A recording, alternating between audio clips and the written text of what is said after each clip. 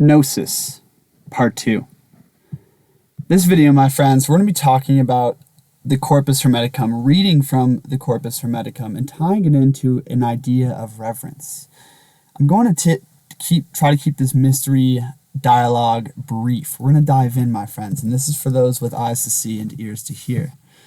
The last video, we dove into the threefold aspects of character by which divinity is known, and a couple passages from the Corpus Hermeticum. We're going to be expanding on that today. Ultimately, my friends, Hermeticism is the philosophy, the science that underlays most spiritual traditions and other philosophies. It's at the root of things. And, it comes down to us through Hermes Trismegistus. Unfortunately, most of the books, most of the texts of the Hermetics and the Hermeticism were all burned by the church and after the fall of Rome. So, working with what we got, we're going to unveil some of the mysteries here. Let's dive in. Hit that like button if you enjoy this message. First off, my friends, Gnosis is direct personal knowledge. It is the insight into the true nature of humanity and the true nature of reality. And through that, it reveals that the true nature of humanity is divine. And with that comes the deliverance of the divine spark within humanity from the constraints of earthly flesh. Hermeticism is all about gnosis. If we read, the Corpus Hermeticum or Asclepius, so much of it is about knowledge, or the Greek word gnosis. And Hermes right here, a quote to inspire us before we dive in on this mystery school talk. The excellence of soul is understanding. For the man who understands is conscious, devoted, and already godlike. Hermes Trismegistus. Why is that? When we have understanding, we can fix ourselves in the superior world because we understand the manifestation from the superior to the inferior. We understand the causes behind this mortal life. And when we can fix ourselves through understanding in that invisible self, in the seer, in the true reality, right? This reality holds less sway. And this is kind of the idea of gnosis. It's a very big and deep idea, but bear with me here. A quote from Hermes. If then you do not make yourself equal to God, you cannot apprehend God, for like is known by like. The eye, you don't see a reflection. For like is known by like. Leap clear of all that is corporeal, and make yourself grown to a like expanse with that greatness, which is beyond all measure. Rise above time and become eternal. Then you will apprehend God. Think that for you too nothing is impossible. Deem that you too are immortal, and that you are able to grasp all things in your thought, to know every craft and science. Find your home in the haunts of every living creature. Make yourself higher than all heights and lower than all depths. Bring together in yourself all opposites of quality, heat and cold, dryness and fluidity. Think that you are everywhere at once, on land, at sea, in heaven. Think that you are not yet begotten, that you are in the womb, that you are young, that you are old, that you have died, that you are in the world beyond the grave. Grasp all in your thought all of this at once, all times and places, all substances and qualities and magnitudes together. Then you can apprehend God. This is an imagination prompt from Hermes. And he's really saying to really soberly consider this life and imagine, really imagine the flow of lifetimes, all states in which you're going to experience in this life. Consider the moon, the stars, the revolving of those celestial orbs, the laws of nature, and through this, the Corpus Hermeticum, Hermes started it with this quick dialogue that he said, basically with a sober mind and a heavy body, I was contemplating the creation, and the vision, the perfect vision dawned upon me. Gnosis was revealed to me, in this mystical experience. And that's kind of prevalent in a lot of ancient texts. It's this idea of when we withdraw the senses and we soberly contemplate the reality of God, and we commune through the heart and the mind with the substance of reality, with the invisible world, with the Atman of self and the cause behind creation, all of a sudden we illuminate the mind. Just 1 ounce of illumination, one spark from the Godhead, that can enter our mind, can really bring us to this vast expanse where we see and understand far beyond this mortal flesh, far beyond this ego. This is what initiation is, right? I spelled that wrong. But initiation, my friends, is the process of moving beyond this physical world to the superior world.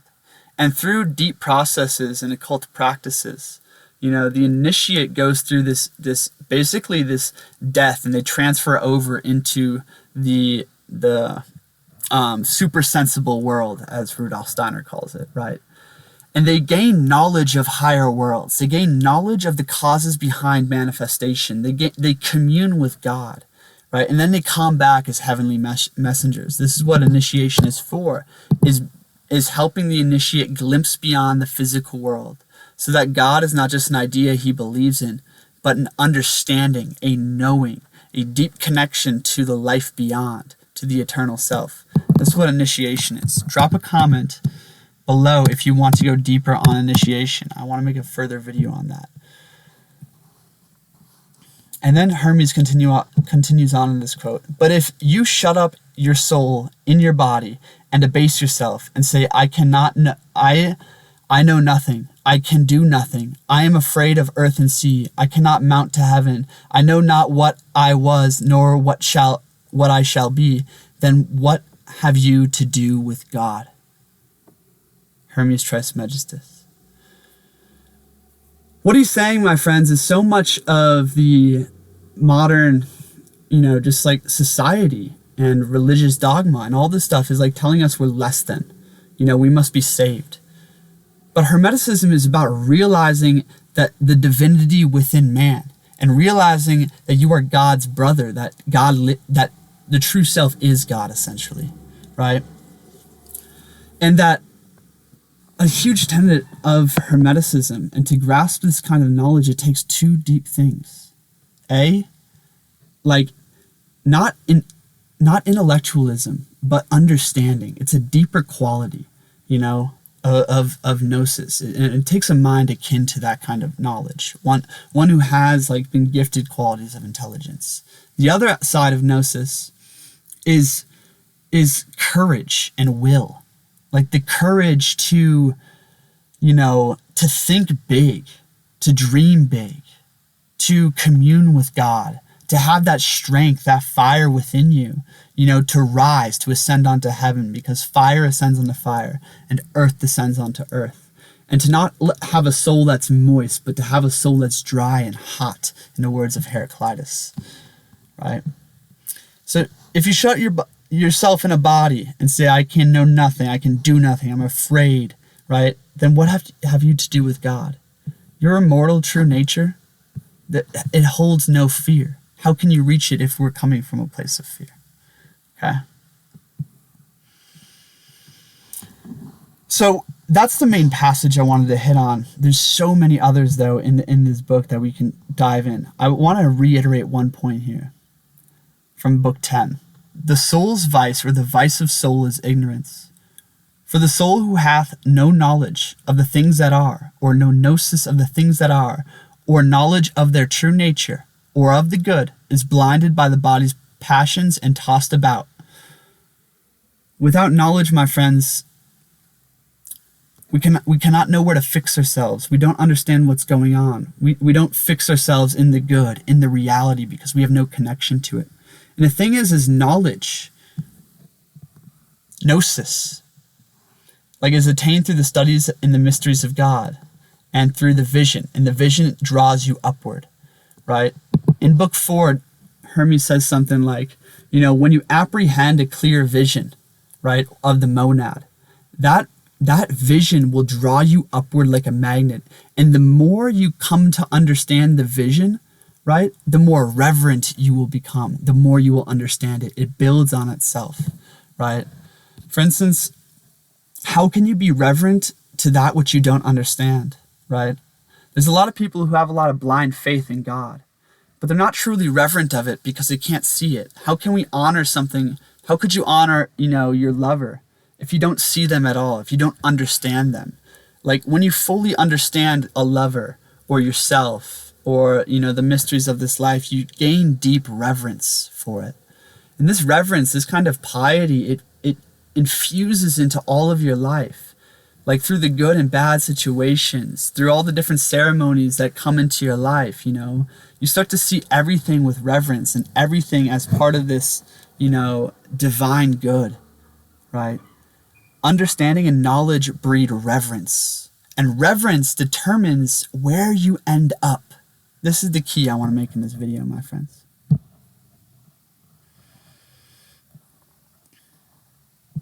This is kind of just a transition point into some other philosophy writings I've been working on. Some from Pythagoras and just, other things. We need a rebirth of ideals in the modern day. Ideals and the knowledge of a superior way of life. There is a superior way of life. There is a winged butterfly in you, one that must be brought out through the cocoon of discipline and integrity, and I would say Gnosis. There is a goal, a purpose far higher than most can see, and one that must be restored. Only when we set our purpose, aim our arrow of our highest hope, can we cultivate the inspiration, aspiration necessary for the ascent. Right? Only when we aim the arrow of our highest hope and courage, my friends, can we attain towards Gnosis. Only when we set our purpose, aim our arrow. I just read that.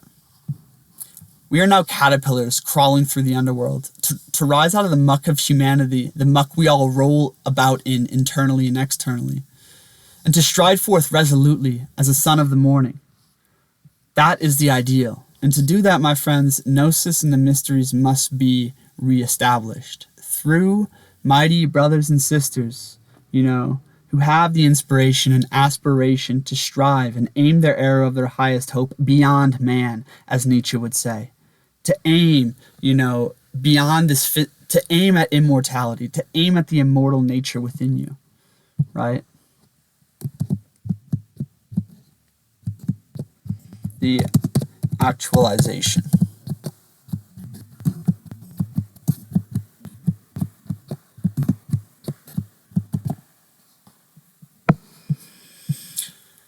Here's the key point. What we venerate, we slowly become akin to. Whoa. What we venerate, we slowly become akin to.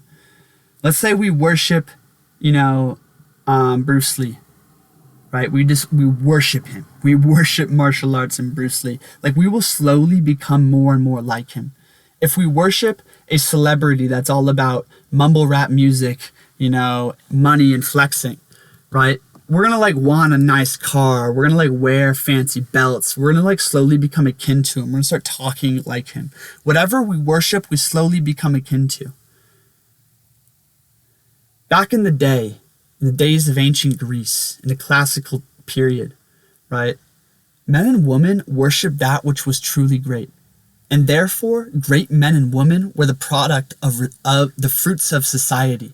The fruit of culture is the great men and women it bears, right? And so many greats, so much advancements, this huge renaissance in that classical Greek period, because they revered that which was truly great in man and soul and God, right? Like the mystery schools of Pythagoras, the Eleusinian mysteries, the libraries of Alexandria, all these, the spread of the mystery religions, the spread of venerance for that which is truly great. They revered and valued qualities of courage, of uprightness, of industriousness, of piety. They venerated these things, and it determined where society kind of ended up. In the modern day, we need a rebirth of ideals, right? These ideals will lead us on the path towards Gnosis. Our heroes, the ideals we worship, have fallen from grace, and therefore, so have we. We must learn to venerate what is best in man and best in nature. We must learn to venerate the eternal qualities of the Spirit and how they manifest in man, right? So this idea of venerance, of reverence,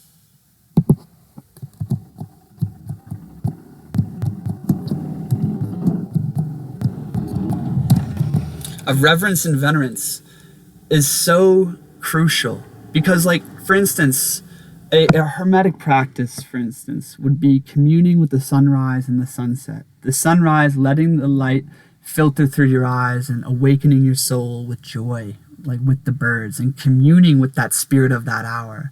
And the sunset, resting in a sober mind, in a meditative state, watching the sun set every day. And doing both of these activities in reverence, with a prayer on your heart, with like a hymn.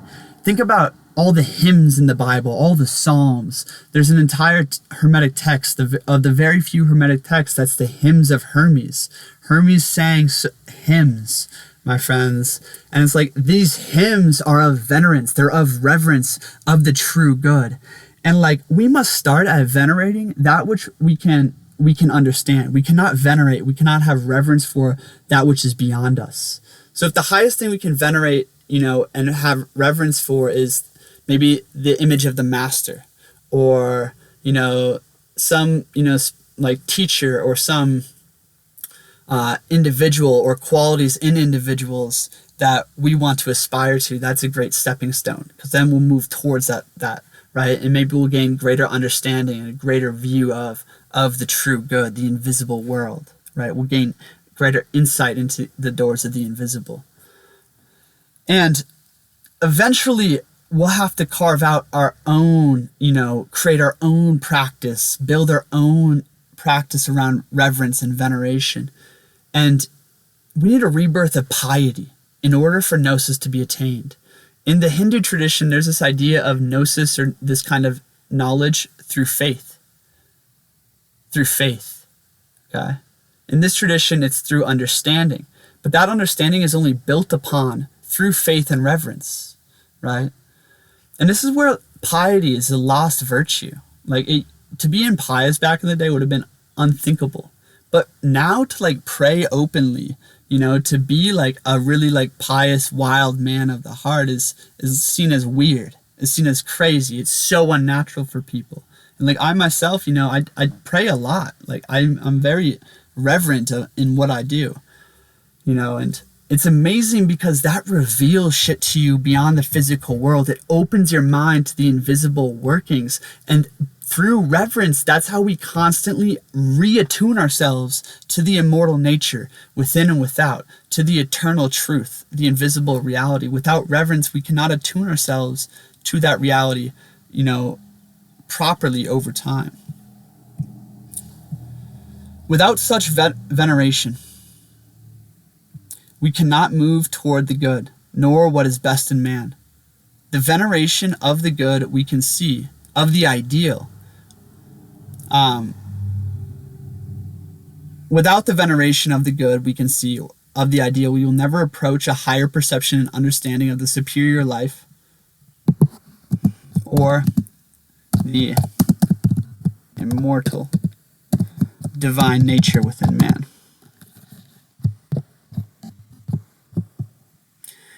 The God-man, per se, right? We will never approach the vision and the understanding of our true potential as a human species, the true potential of man as the God-man, as the immortal man incarnate. And as Hermes would say, gods are immortal men. Men are mortal gods, right? We cannot venerate that which we don't understand. By learning to worship the spirit in all things, the truth in all movement, the strength and courage and wisdom in ourselves and others, we will begin to unlock the doors of the heavenly mystery. This is the path to Gnosis, my friends. It's through veneration. It's through faith, right? It's through reverence. Thanks for being here. Go watch part 1 of this video. This Reality Files. I'm Christian. Hit that like button. Share this video with someone you think it will impact. And I'll see you on the other side. Peace.